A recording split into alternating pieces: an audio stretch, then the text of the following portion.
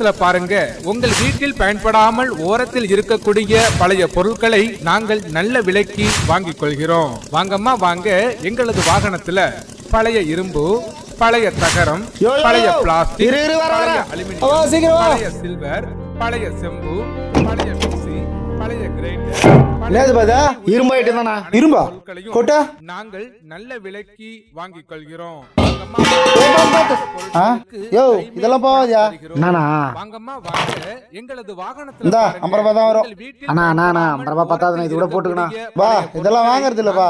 வாங்குறது இல்ல நான் எங்க வீட்டுல சோறு செஞ்சு 2 நாள் ஆச்சுண்ணா. விரும்புவாங்கண்ணா, பசங்க கூட சாப்பிடலண்ணா. வீட்டுல ரொம்ப கஷ்டம். யோ உனக்கு வீட்டுல கஷ்டம், இந்த சிலிண்டர் வாங்கினா எனக்கு வியாபாரத்துல நஷ்டம். போயா வந்துட்டான், ஒன்னுத்துக்கு உதறாத பொருள். அண்ணா அண்ணா நோ, இதை கொடுக்கறத கூட இதை வச்சுண்ணா. இது எனக்கு நஷ்டம் தான். என்ன பண்றதா, பசங்க பட்டினா இருக்கிறாங்க, வெறும் வாங்கினியா? இந்த மாதிரி வியாபாரம் பண்ண நாளைக்கு என் குடும்பம் கூட கஷ்டம் தான். சிலிண்டர் வாங்கிக்கிறாங்க. ஓடு ஓடு